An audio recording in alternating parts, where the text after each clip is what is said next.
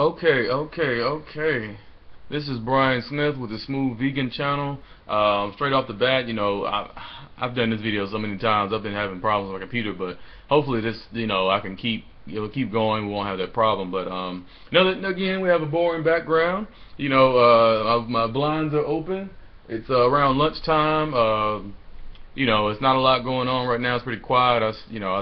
I will be trying to do some videos outside, just maybe with some other some other camera sources. I have a phone with a camera, so maybe I'll do that with some videos outside and things like that. But that'll be in the future, or just whatever you think my video backgrounds is boring.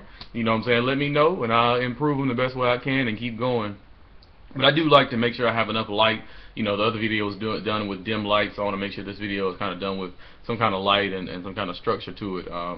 But I do love nature. I do love the nature background, and I think that's a needed thing to make sure that you're enhancing living a living type of background and kind of put your message out there. You don't want to have some kind of boring background and people just they're not really it's not getting across to them. So I mean, that's not a big deal to some people, but I just want to make sure you relax. I want to make sure that you're smooth. Smooth vegans. You want to make sure that the background's smooth. You want to make sure I'm speaking to you in a smooth, laid back way and just getting the message across with no fillers, no fakeness and none of that. Just reality and literal as much as I can be. So straight into it. We're not gonna spend too much time on this video. I'm gonna make sure it's maybe no more than about 10-15 minutes.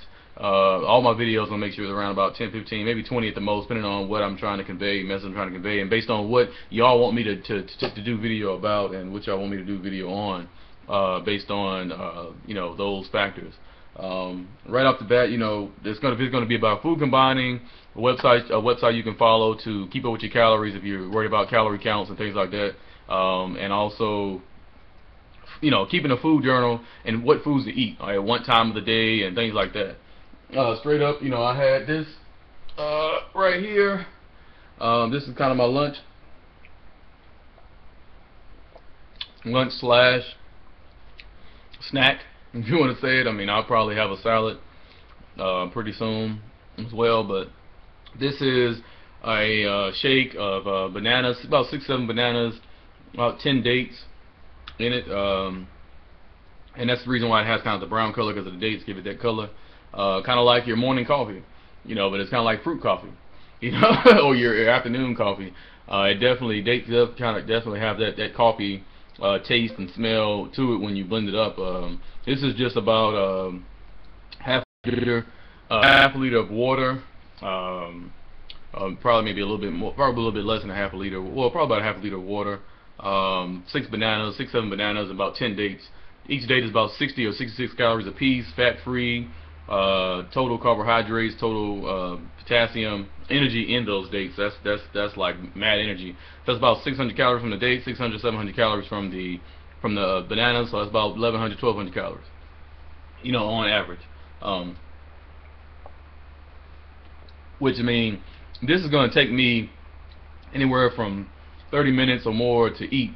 Because I don't consume my food so fast. I mean, you don't have to. That's another thing. You want to. That's why these are ideal. Shakes and juices are ideal for digestion, and also for absorbing the best amount of food for this lifestyle, because your uptake of the nutrients are going to be higher when you have it in a mush form, like a baby form. It's like a baby have their food. They have it in a mush form.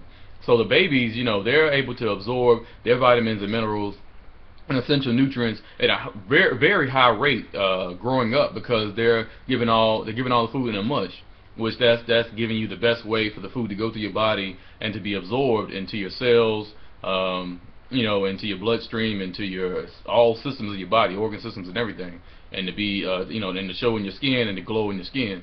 So having your foods in a mush. That's why I say when you're eating your salads, make sure you're chewing your food. Period.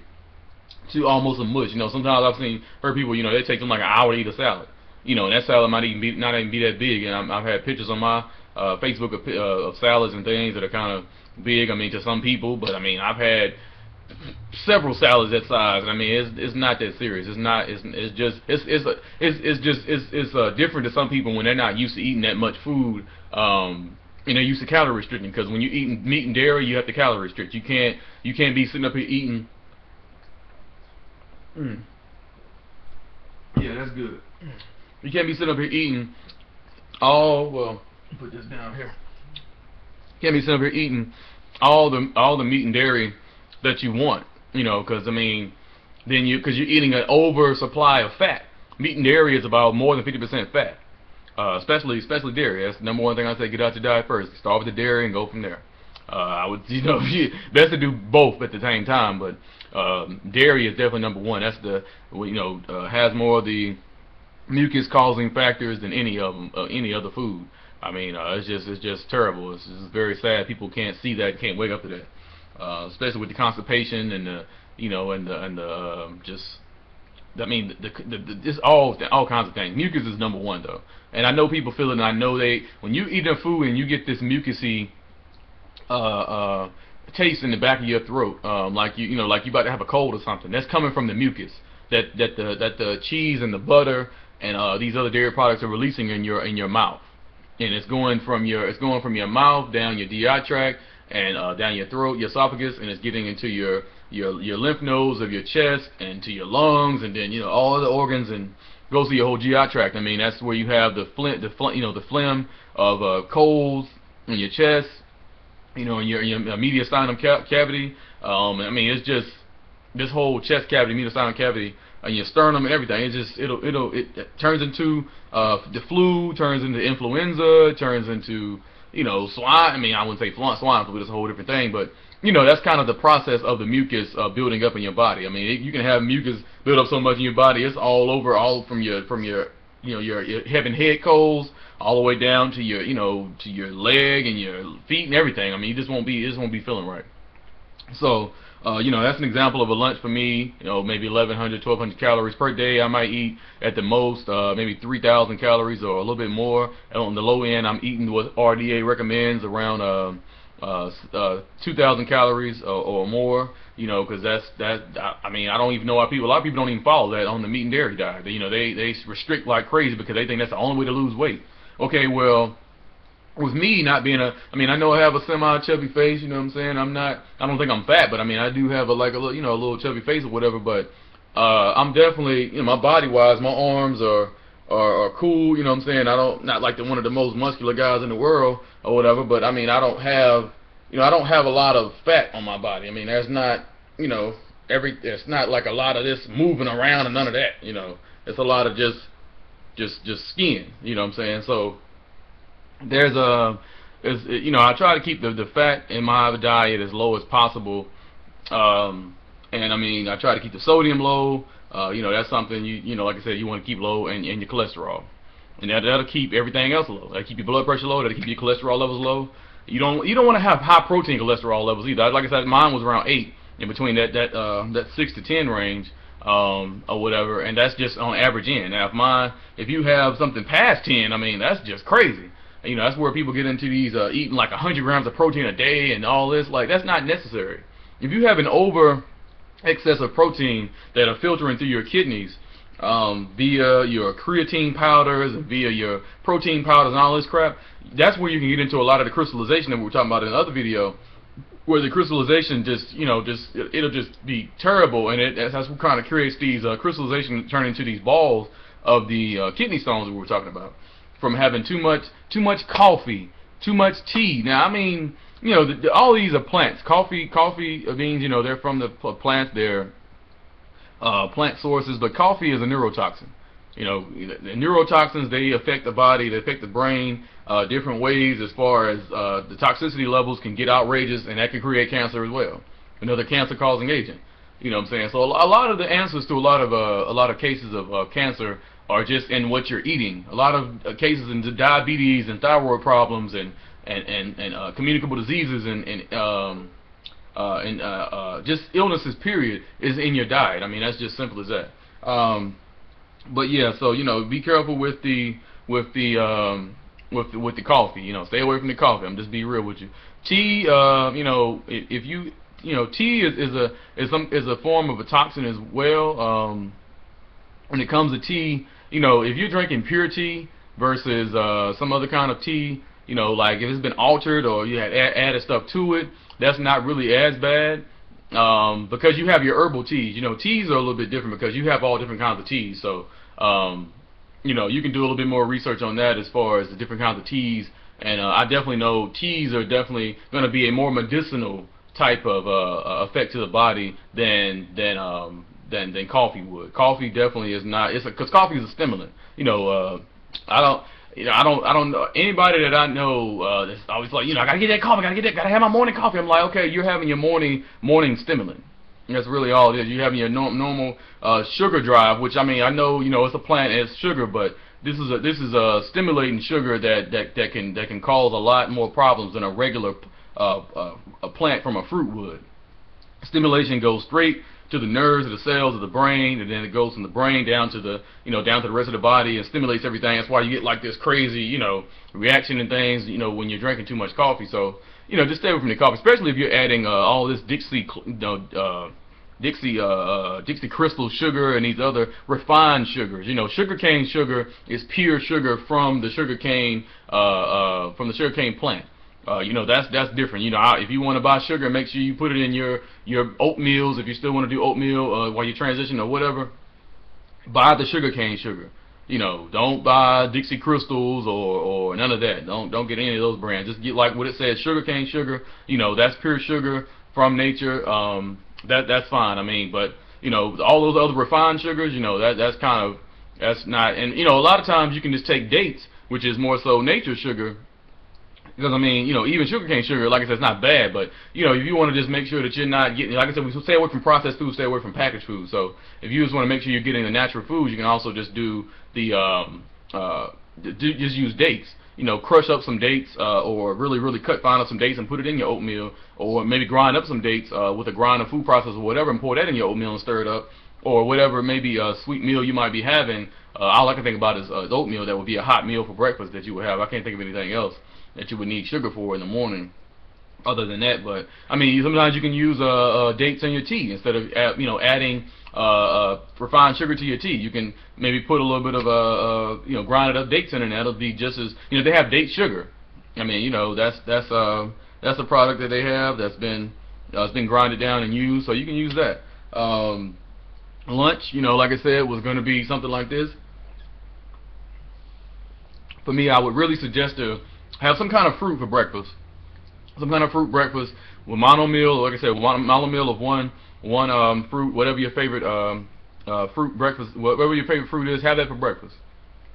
Like I said, you can have juice for breakfast. You can make your green juice. Get you a juicer, put you whatever leafy green vegetables you want in that juicer, and add some add like some orange juice to it, or add some other sweet juice like apple juice or some other juice to make sure you're getting rid of that oxalated taste, which is that green, the green gritty taste from it, so that you'll be able to drink it and you'll enjoy it.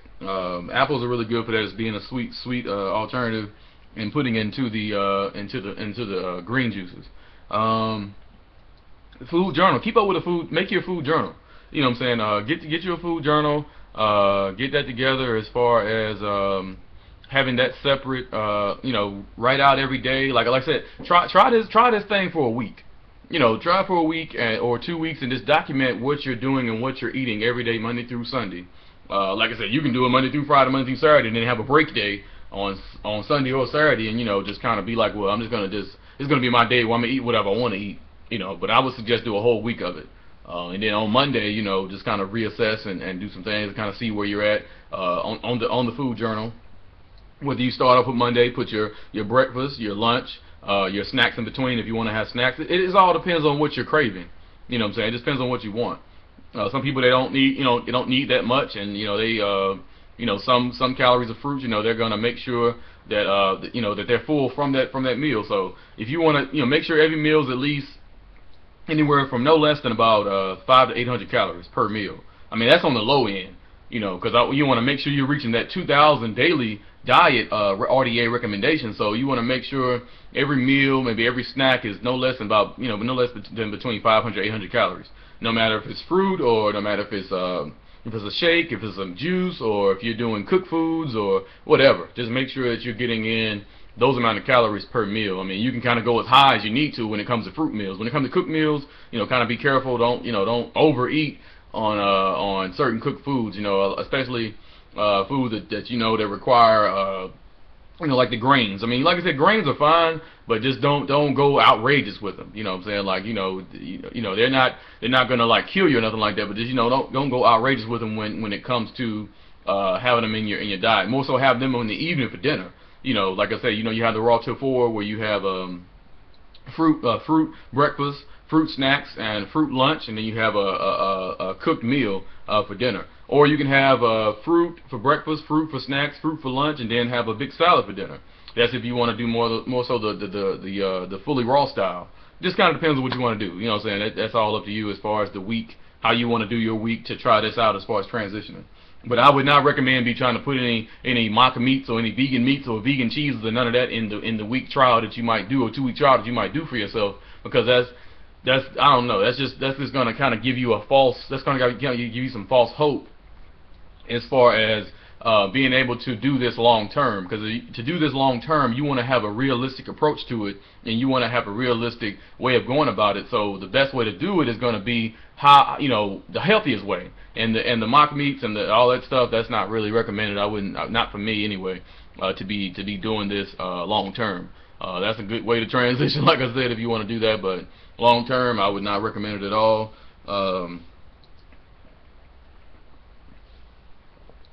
So I mean, that way, keep your food journal. Foods to eat, like I said, I had the orange juice, I had this shake. Later on, I'll probably have another shake, and I might have a salad.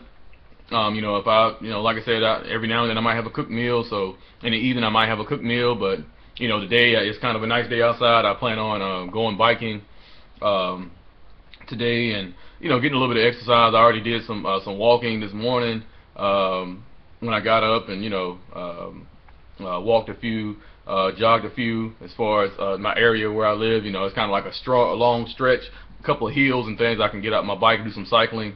Just like I said, get out and get the blood flowing. Kind of have a plan, or the general plan for yourself, every day of the week. That way you kind of already know what you're going to do. You kind of already have like a you kind of already know what's gonna be going on each day, because you have it planned out. You're doing the same thing every day. That's why I say keeping a food journal. You eat some of the same stuff every single day of that week that you're doing this trial, or the 2 weeks, because based on maybe what you've already written down for Monday, you eat the same thing on Tuesday, Wednesday, Thursday, and Friday, and Saturday, and Sunday. That's not hard at all. That's easy. Like I said, the foods to eat, or your favorite fruits, just make sure you can do mono meals. Be okay with the food combining. Keep your food journal. The food combining, like I said, you can mix things like bananas and dates together, bananas and figs, bananas and persimmons, but you wouldn't want to like mix bananas. You can also do bananas and mangoes, bananas and cherries, bananas and blueberries, bananas and apples, bananas and papaya, bananas and plums, bananas and peaches. That's with the sweet fruits. You can combine those with the sweet fruits. You can also combine any sweet fruit with any kind of greens. That's not a problem. You can also, the sub-acid fruits I've already mentioned: the mangoes, cherries, blueberries, apples, papayas, plums, and peaches. The things that you don't want to add sweet fruits to is overt fats. Fats including fats or melons. You don't want to put bananas and watermelon together. I mean, you wouldn't want to put bananas and honeydew. You wouldn't want to put bananas and cantaloupe. You wouldn't want to be putting bananas and watermelon or muskmelon. That's just an example. And you also wouldn't want to do bananas and avocado, or bananas and seeds and nuts. Like I mean, you probably have like some cereal recipes you could do. Some people, they probably have some cereal recipes they can do, where it's bananas and chopped bananas and berries and like nuts and granola, things like that. And like I said, I had another video where you can make like your they have hemp milk, made from hemp seeds in the store. They have rice milk, things like that. I wouldn't do soy milk. I'll stay away from that. Almond milk, you make your own banana milk. It's all kinds of different types of things you can make. Like we have like a raw cereal for breakfast, if you want to do that. If you want to make sure that you're still getting your cereal in, you want to make it sound like you're eating really eating cereal. you can do those raw cereal things. Several recipes for that online, here and there. So, you know, just an example of that. Also with food combining, so you don't want to mix those with fats. Also with food combining with the subacid fruits, you can mix the subacid fruits with melons. So you can mix mangoes and honeydew melons. You can mix cherries. When cantaloupe, you can mix blueberries and watermelon, and apples and watermelon, and papaya and honeydew, and cantaloupe and watermelon, and plums and peaches and watermelon, and you know, you can do the subacid fruits and the melons. Those are fine. The acid fruits, which are oranges, tomatoes, grapefruit, pineapple, strawberries, you can mix those. You know, it's recommended you can mix those with melons as well, and you can mix those with the fats. It's been some you know, salad dressing recipes with like orange avocado. That's a salad dressing recipe I've seen. Orange tomato avocado. Also, I've seen recipes with orange and avocado and nuts. Some recipes like that. So you know, those are very tasty, very good to add into a salad dressing. And also with the greens, you can pretty much mix the greens with anything. I mean, the greens can, you know, greens like the baby spinach, the celery, the romaine lettuce, the different, you know, the baby kale, the arugula, Swiss chard, all those things you can mix without a problem with any of these foods. The fats, avocados and nuts, the subacid fruits, and the acid fruits, and the sweet fruits. I also put a link in the description at the bottom of this video of the website that I'm looking at right now about raw food combining, and it has like a chart on it. It has examples at the bottom where you can kind of get more details and kind of have like this a remembrance of everything that you're doing with the food combining, so you'll make sure that you remember when you're making your foods every day on your trial period, like I said, for a week or 2 weeks. And you're also making sure you're combining your foods correctly, so you won't have any digestion issues when you're going through this process. So that's the foods to eat, food journal, food combining. Don't restrict your calories. Like I said, don't restrict your calories. That's not an option. You know, you're not going to lose weight that way. It's been stories and people I've seen where you're restricting your calories, you actually gain more weight. You know, and this is for anybody morbidly obese that's watching this video. This is for the leanest guy out there or girl out there watching this video. This is for anybody that wants to maintain or try out the plant-based lifestyle for long-term health. It doesn't have to be somebody trying to lose weight. It goes beyond that. Like I said, you lose weight anyway. If you're taking care of yourself and you're doing the proper amount of exercise and just maybe moving your body, you can go outside and just walk around your neighborhood, walk your dog, garden, play with your kids. Like I said, it's too many examples of movement that you should be doing where you shouldn't have any excuses. I mean, there shouldn't be too many excuses in this lifestyle when it comes to exercise. Cronometer.com, CRONOMETER.com is a great site to use to keep up with your calories. It breaks down like how much a banana has, how much of a banana has the potassium, the magnesium, the amount of calories, the amount of carbohydrates, everything, fats, protein, everything that a banana has. All you gotta do is just type it in. And also it'll also, Cronometer.com is also good when you're making your food journal every day, Monday through Friday, or Monday through Sunday, or 2 weeks or whatever when you're doing this trial for this plant-based lifestyle. It'll break down every meal for you, so it'll tell you after your 500 to 800 calorie on the low-end meal that you're having, whether it be cooked foods or snacks or whatever you're doing, or fruits or whatever. It'll break down how many fats, total fats, protein, carbohydrate, sugar, and all that is in that meal of your 500 to 800 calories or more meal. So you know that's going to give you your daily total that you've had of calories, of fats, of proteins, and all that stuff. You know, it's going to give you all that in a daily total, and you can just write that down in in that Monday block or the Tuesday block or Wednesday block every day. So you're making sure you're getting your daily dose of the recommended RDA 2,000 calorie daily diet or more, because if you're plant-based, you can eat as much as you want. I mean, there's no restricting calories. I don't know how much I can say that. There's no restricting calories. So Cronometer.com is definitely a good site. Keeps up with your carbs, your food combining. I'll put the link at the bottom for that. The food journal, that's definitely good to have. Foods to eat. I mean, also in your food journal, keep up with how much exercise you did. keep up with how much exercise you did for that hour, for 2 hours, or 2 times a day, 3 times a day, whatever you want to do. As far as that, this is good. I'm sorry, I gotta keep another sip. So, yeah, this video is getting close to 30 minutes. Like I said, I don't want to make it too long. 15, 20 minutes, 30, is getting close to 30. So, I'm about to end it now, and that's just a quick video on food combining, foods to eat, how to do your food journal, Cronometer.com, and foods to eat, the example of how foods I ate. And don't be worried about calories so much. It's not the calories you eat, it's not how many calories you eat, it's the kind of calories you're putting in your body. That's the thing. This calorie in, calorie out thing, that's been overexerted. Like, I don't even know why the health and wellness community has been made that such a big deal. Like, what I'm saying? And you're getting your calories from whole sources. You're not going to want extra food and to make yourself full to get satiated. Satiated is when you're full, wholesome and all that, where you got a little belly or whatever, you're ready to go to sleep. Fruits and vegetables can do that, depending on, how you combine them, how you're eating them, and how they're digesting properly through your body based on, how you set up your meals. So, that's just that in a nutshell.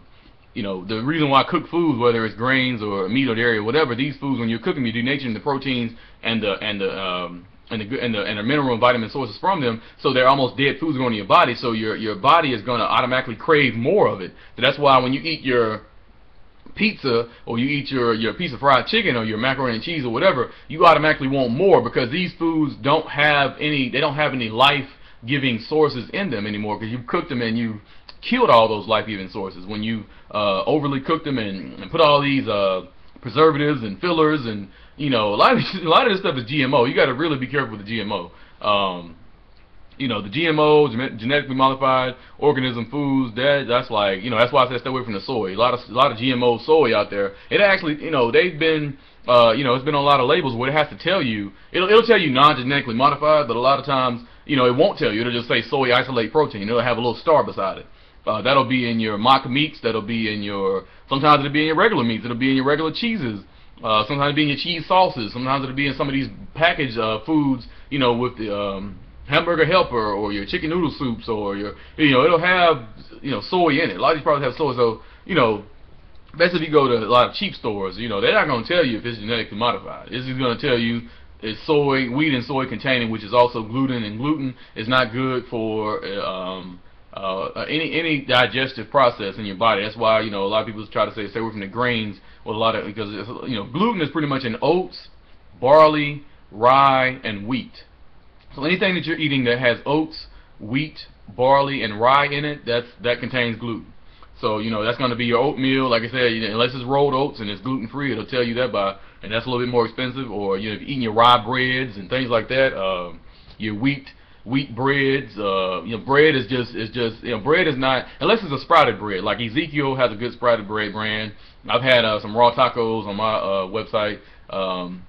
Or something like that. You have like this, it's sprouted, so it's been mushed together, it's been sprouted, it's been dehydrated, and that's pretty much gluten free in how they prepare that. So it's several examples out there, but like I said, this video is almost 30 minutes long, and I'm pretty much gonna go ahead and end it at this mark. I appreciate you watching. I put the links for Cronometer and this other website for the food combining table and the examples at the bottom of the video as well. And y'all have a good day. I really appreciate you watching. I hope you can like, subscribe, share the video. Get the message out there. I want to do is, I'm having fun with this. I just want to give what I've learned and try to get it out there. To, people already know, but I just want to kind of get on a bigger, massive audience, as far as just people that are just misinformed. They're not. It's not that they don't want to do it. It's just that they're scared because they don't know the information. So like I said again, I appreciate you watching. And see you next video.